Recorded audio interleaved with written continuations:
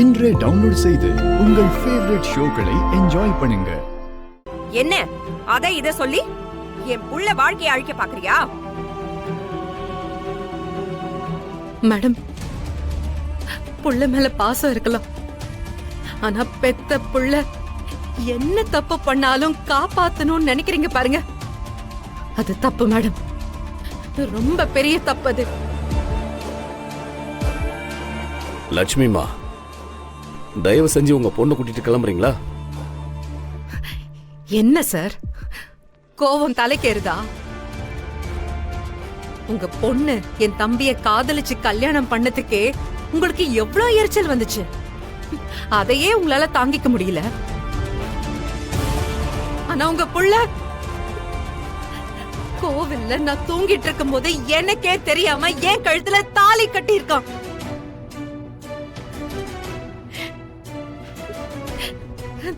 Sir, இந்த தாலிய கட்டினதுல இருந்து பல நாளா எங்க வீட்ல வேலையில எங்க அப்பா அம்மான்னு யாருக்குமே நிம்மதி இல்ல சார்.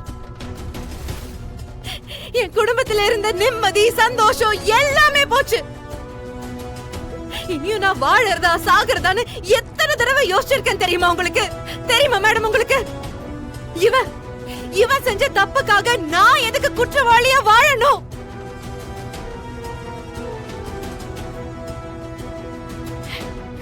இல்ல, என் புள்ள அப்படி பண்ணிருக்க மாட்டான். நீ போய் சொல்ற.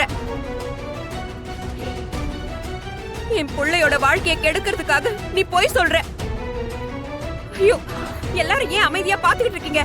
இவளை புடிச்சு வெளியே தள்ளுங்க, வெளியே போ. நீங்க இப்ப தாம் தோம்னு குதிக்கிறீங்கல்ல, உங்க புள்ள ஏன் அமைதியா இருக்காருன்னு கேளுங்க.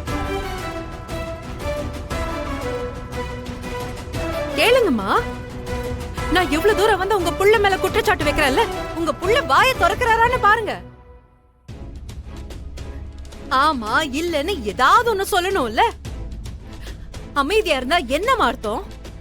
கேளுங்கம்மா, கேளுங்க. டேய் வெற்றி, என்னடா அவ என்னென்னமோ சொல்றா? நீ அந்த தப்பு பண்ணியா?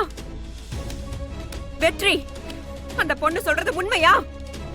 சொல்லி தொலைடா, சொல்லுடா. அந்த பொண்ணு சொல்றது உண்மையா? ஆமாமா, துளசி சொல்றது உண்மைதாமா. நான் தான் உங்க கழுத்துல தாலி கட்டினேன்.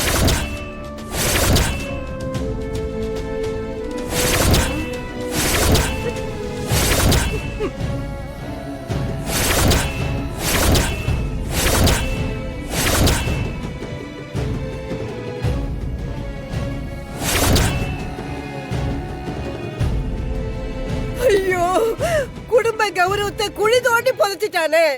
ஈஸ்வரமூர்த்தி, மானமே போச்சுடா. வார்த்தைக்கு வார்த்தை உங்க தாத்தா மாதிரின்னு சொல்லுவேனே. அவரோட ரத்தமா இருந்துட்டு எப்படிடா உனக்கு இந்த புத்தி வந்தது? ஏன்டா அப்படி பண்ண?